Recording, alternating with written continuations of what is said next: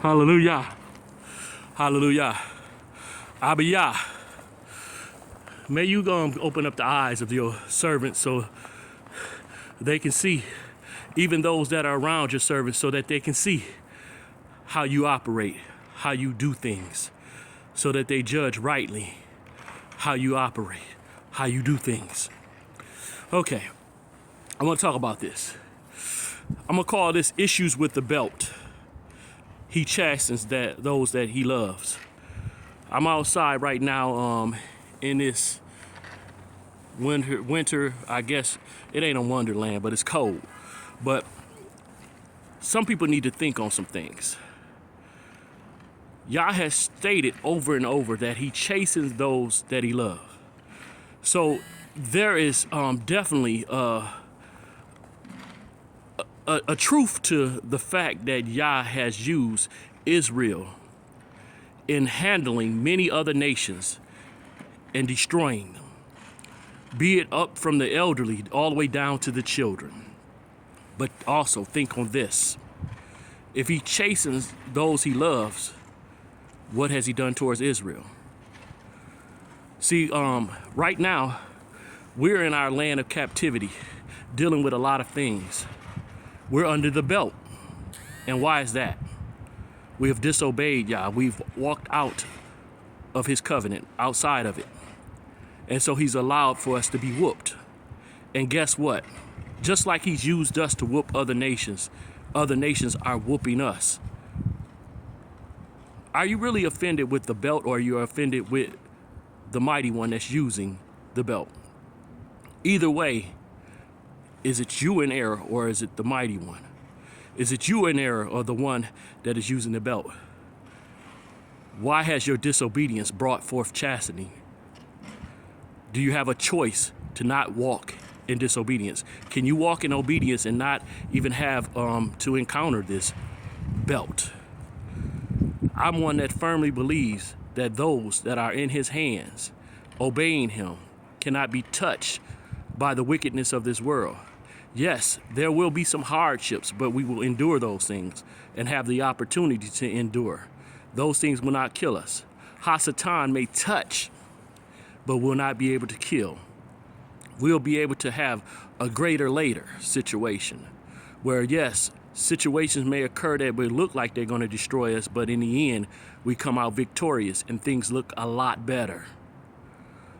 In 2001, I was one that was going through some things in my first marriage on the point of basically suicide. I was there, but yet he plucked me, he called me and let me know that I had a purpose. He let me know that I was not my own, that I was his property. So now I grasp on so much Exodus 4:22 that Israel, all of Israel, is his son. And I'm included in that, so I'm a son. I show love towards the foreigner, especially when he observes the Torah, because then they can be grafted in and be connected and be treated just as if they were naturally born. Leviticus 19, I think 31 through 34, I think speaks on that. But hey, I'm not one to ever play I got a problem with you due to your skin. What are you doing? If you're disobedient to Yah, then I have a problem with you. But does that mean my love for you stops? No, because Yah's love has not stopped. So why would mine?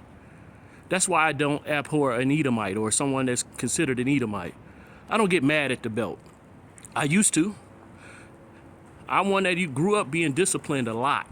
So I had a lot of problems with discipline. But as I grew, I got to comprehend and see that if I get myself in order, I don't have to worry about that. And that Yah is there always guiding me.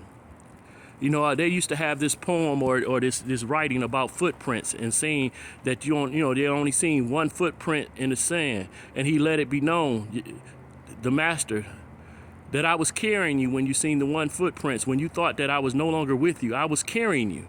I didn't leave you. This is the same right now for Israel. He has not leaving or forsaken us. Yet our mind is to say, oh, I'm in this all by myself. I feel like that so often. when I reach out to my brothers that I've shown and I've kept when they don't keep me. Right now I have a brother that I'm being there for, not to gain any glory myself, but because I know how it is to feel unkept by my brothers. I'm gonna even love on those that seem to have turned their back on Yah. Not because it's in me, but it's in Yah.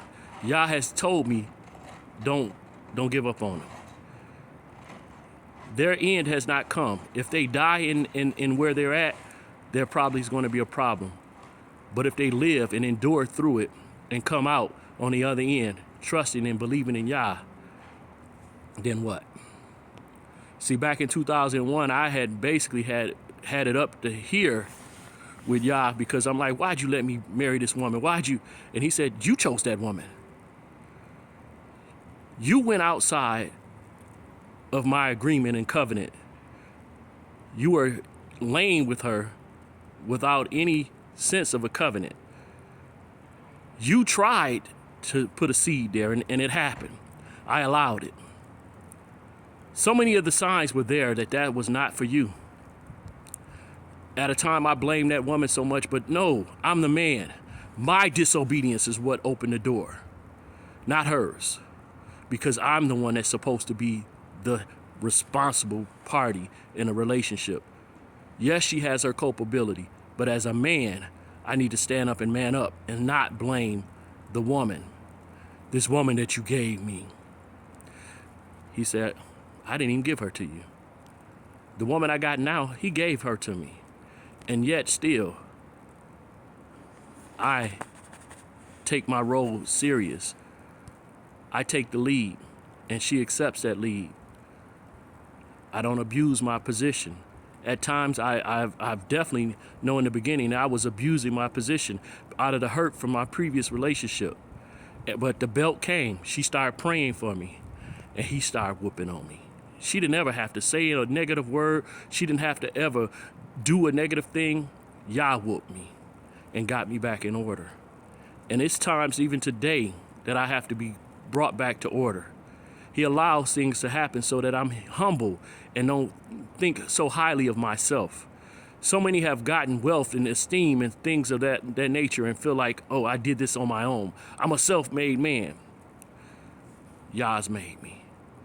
I'm not dealing with lack. When I was off for 10 months, no lack came our way. When my wife was off for 17 months, no lack came our way. Yah has always been there with that belt of correction, because he chastens those he loves. And over when I'm chastened, I can reflect back and say, I know he loves me. I know Yah. Do you know Yah? Do you know his character? Do you know how he operates? Do you see that even with Israel, he's allowed other nations to come in and be the belt, because he is one that believes in his will being done, and he'll do what is necessary, even if that's condoning evil.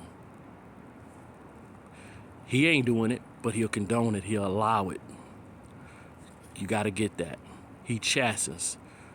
That whooping seems evil, but it's done for your good. Hallelujah. Hallelujah. Hallelujah.